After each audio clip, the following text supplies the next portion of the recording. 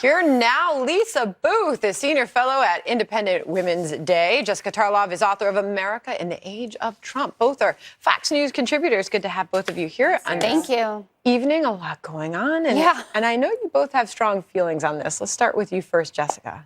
I'm appalled by that, as I think most of America is. And I certainly think that it would be good for the leaders of the Women's March. Two of them have been long-time supporters of Louis Farrakhan to speak out against this. And I also wanted to mention that it's not just about the anti-Semitism, the misogyny that has come out of Louis Farrakhan's mouth is something that has no place, certainly, in a conversation about women's empowerment.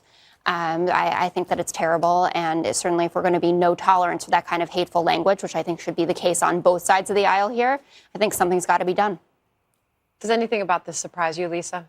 No, I mean, it doesn't surprise me. The Women's March has been associated with individuals that are a part of the fringe elements of society, people like Linda Sarsour, who has been connected to known terrorists. So I think it's unsurprising that, again, they're embracing an individual that is part of the fringe elements of society. But I think the bigger issue here is the fact that the left has also been largely silent. You've got representatives like Danny Davis, who has tried to essentially defend this individual who has said that Hitler was a very good man. It should be pretty easy to condemn that sort of rhetoric. And I think it also represents the gross double standard of the media. How many times did President Trump and Republicans have to denounce David Duke, someone that they had no association with? And then you have President Obama, when he was a senator, photographed with this guy, and members of Congress having relationships with this guy and not having to condemn. And I think that's why you have the Republican Jewish coalition that are asking for 7 different members on the left to resign. It's not just 7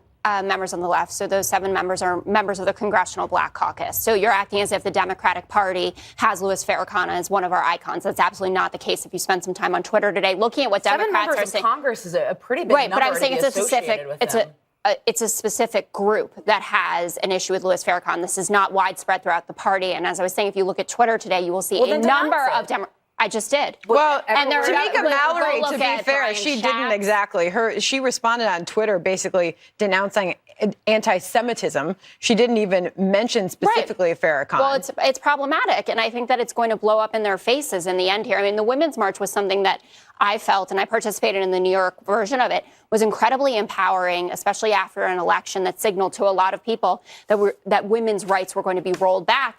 And there's no place for this, but this is not all Democrats. Except there's a lot of women that